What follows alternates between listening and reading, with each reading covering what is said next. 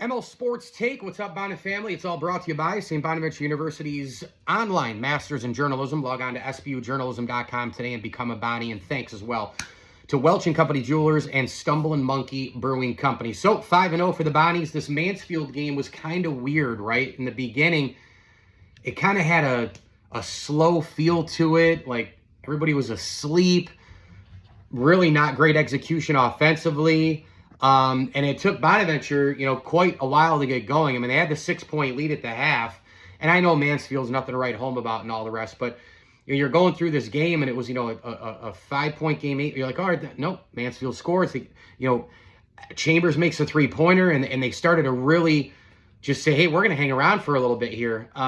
This was a, 5-point game, 6-point game with about 6-7 minutes left to go in the half. Bonaventure had that awful turnover at the end of the first half as well. They're only up 4, back at the 2:03 mark.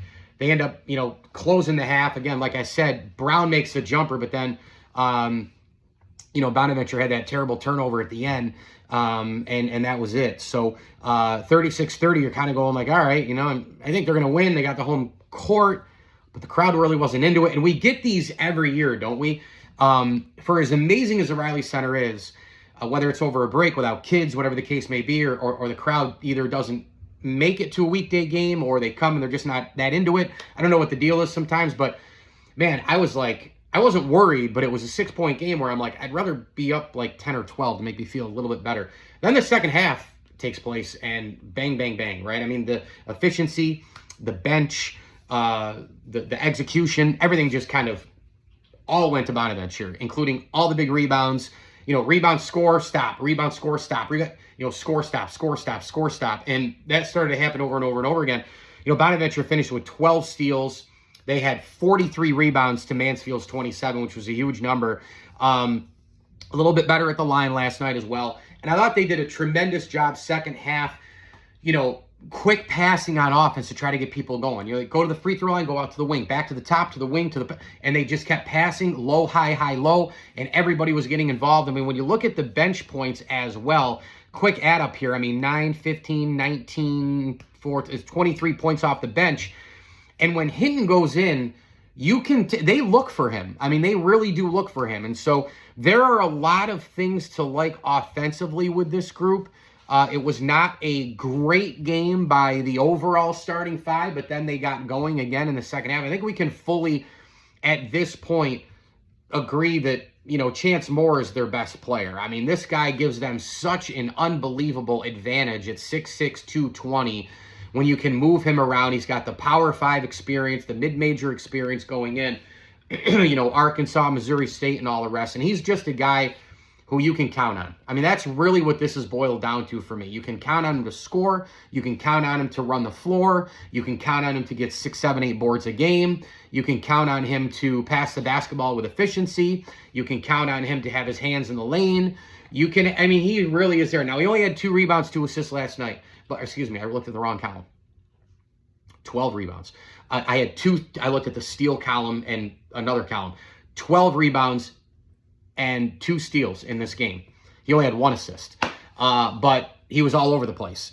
And those boards, I'm telling you, they go a long, long way. And we've always seen the guard, small forward at Bonaventure in the Mark Schmidt era, they get the boards. I mean, they go into the middle of the floor, they attack the rim, they get them at both ends. And Moore is no different. I'm sure that was part of, the lure of getting him to St. Bonnie. But he had a great game. I mean, he had a double-double, 16 points, 12 rebounds. He was absolutely all over the floor, and I just love the way the kid plays. I mean, he plays with an unbelievable motor, and like I said, you can just flat out count on him. You can really count on him to do everything.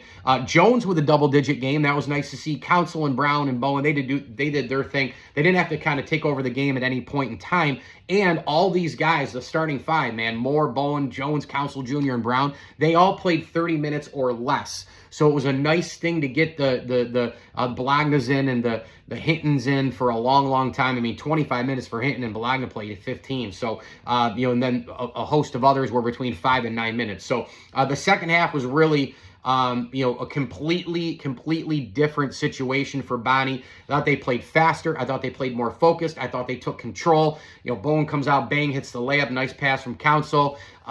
Chambers answers with a three, but then Jones comes back with a jumper. And then Bonaventure just started having a lot more efficient, plays on offense, quicker passing, using the top of the key, using the wings. Brown had that dunk from Brown in his pass. Jones makes a three-point shot. So it was over and over again. They kept doing this, and then all of a sudden you look up, and they're up 16 points, and from there they didn't look back. At 54-38, I felt pretty good. And with about 4 or 5 minutes left in the game, I kind of was starting to concentrate on some other things. Had a lot going on, but by that point, they're up by 19 points after Bowen makes the three-point shots, or makes a jump shot. So a good win for St. Bonaventure. Just again, you want to just keep winning. You want to keep stacking them. You want to keep trying to get better. The home court advantage, not really there last night, but we'll see if the crowd comes back a little bit here for the next couple of games before they play that big one on Thanksgiving against Utah State. But you've got Bryant coming in. You can't take them lightly. Actually, just one game against Bryant, and then Utah State. And then they got, the at Bucknell game is going to be a real hard one. I've talked about that. And then you get UB and Providence and Siena Niagara before the A-10. So, the Utah State, that team's for real. They score 100 points against anybody. So we'll see how that works. I was just going to look here to see what their differential. I can't find it on the fly here, but it's got to be pretty substantial here.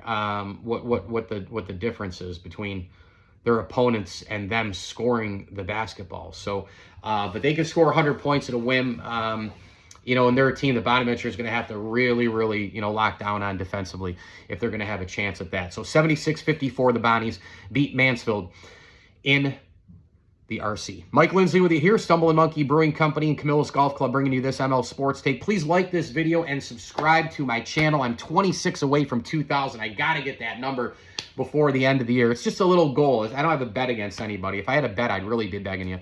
But definitely go subscribe and go like the video. And as I always tell you, enjoy the games.